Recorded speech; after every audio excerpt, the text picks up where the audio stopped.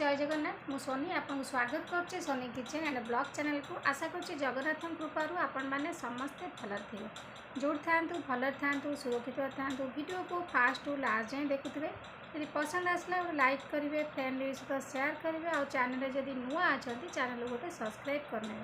तो डेरी ना कर चैनल स्टार्ट करवा आज टिप्स अच्छी आपण मुंड बिंधा को लेकिन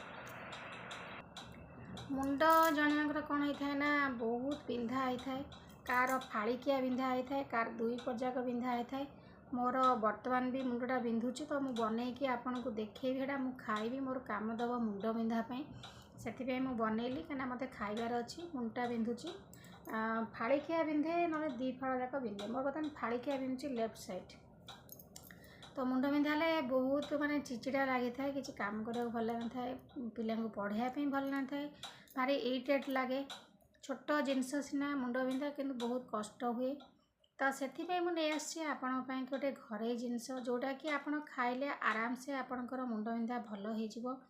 कार डेली मुंड बिंधे कार 2 दिन 3 दिन थोड़े छाड़ी बिंधे तो से आप कौन करेंगे ना खंडे अदा ने अदा को भल भाव में छेचिकी ता रसटा काढ़ी ने गोटे चामच ने अदा रस मुझे आपन को करके देखे नेबी देखो मुझे एडी खंडे अदा नहीं आपको बर्तमान भल भाव में मुझे छेचिदेवी छेचिकी ता रस काढ़ी गोटे चामच अदा रस आप गोटे चामच पकेबे महू अदा रस गोटे चामच महू गोटे चामच ता सहित गोटे लवंग को भल कि छेचिदेवे गुंड करदे से अदा रस आ महूरे से लवंग गुंड को पकईदेवे पकई सारापर आप किछि दिन खातु देखिए कंटिन्यू आपणकर मुंड बिंधा पूरा भल हो आप 2 थर खाइबे 2 थर न खाई पारे गोटे थर खाइले हम तो आपन को आउ गोटे टिप्स कहबी जो अतिरिक्त बिंधुची तो अदा गोटे पीस नहीं जातु एडी बड़ साइज अदा ताको चंदन पेड़ी से अदा को भल से घोरी नियंतु जो अदा घोरला जो अदाटा रसटा जो बाहर घोरवा द्वारा ताकू आप आणिकी ए मुंडर जो साइड यही जगह लगे दरकार ना ये साइड जाक बेसी पेन हुए तो अदा को घोरी सारापर ए साइड्रे ताकू लेप दे दिंतु किछि दिन ये भाव में करूँ देखिए आपणकर मुंड बिंधा समस्या पूरा दूर हो तो एबे चलतु मुझे आपन को देखई नौ केमती एटा प्रस्तुत करेंगे जेकोसी टाइम आप खाईपारे 2 थर खाया चेष्टा करेंगे दिन बेला सका थे संध्या थे जदि थर न खाईपारे गोटे थर खाइले भी चलो कंटिन्यू 5-6 दिन खातु देखिए आपणकर मुंड बंधारू आपण आराम पाइबे तो देखो ये मु रस काढ़ी आपको देखई नौ तो ये देखो मु अदा को छेचिकी ता रस काढ़ी नहीं काढ़ी सारापर गोटे चामच रस नहीं गले गोटे आउट जगार नहीं जाऊँगी खाली रस पीले आपणकर मुंड बिंधा कमिब ता नुह आपणकर जो खाद्य यदि हजम न होता है तो खाद्य हजम हो गैस प्रोब्लेम अदा खाइले दूर हम ता सहित आपणकर जो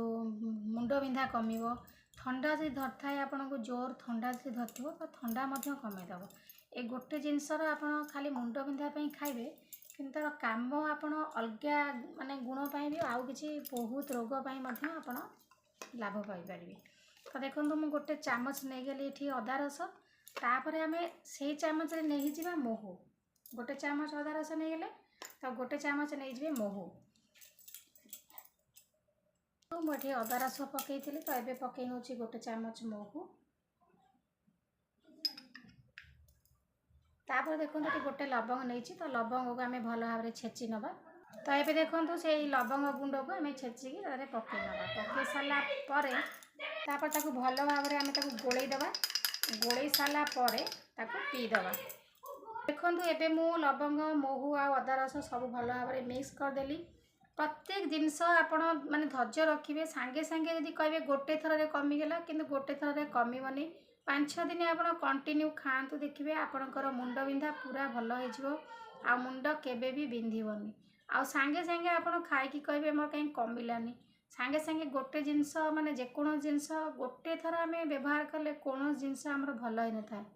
निहाती आमको 4-5 थर खाइबा पड़ो तो देखो मुझे खाई नौ तो आपड़ यही भाव में रस काढ़तु आउ 2 टाइम दिन को खातु देखिए आपणकर मुंड बिंधारू आप आराम पाइबे नहेले आपन को आउ गोटे टिप्स मु बतैली अदा को घोरिकी आप जगार एपट साइड्रे चंदन पेड़ी घोरिकी लेप दे दिंतु देखिए आपणकर मुंड बिंधा पूरा भल हो।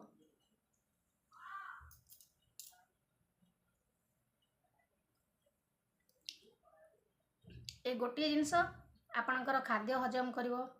ठंडा धर थाए कफ होता है कफ मध्य कमिजिवो, ता सहित जो मुंड बिंधा कमिवो, खाद्य खाइबाटा जो हजम नहाटा पूरा हजम को माने गैस प्रॉब्लम को दूर करिवो। तो बहुत किछि लाभदायक आपण पाइबे। तो आज मु विदाय नौची, पुणी देखा भी आपण सहित नेक्स्ट वीडियो रे। से पर्यंत रहूची, नमस्कार, जय जगन्नाथ।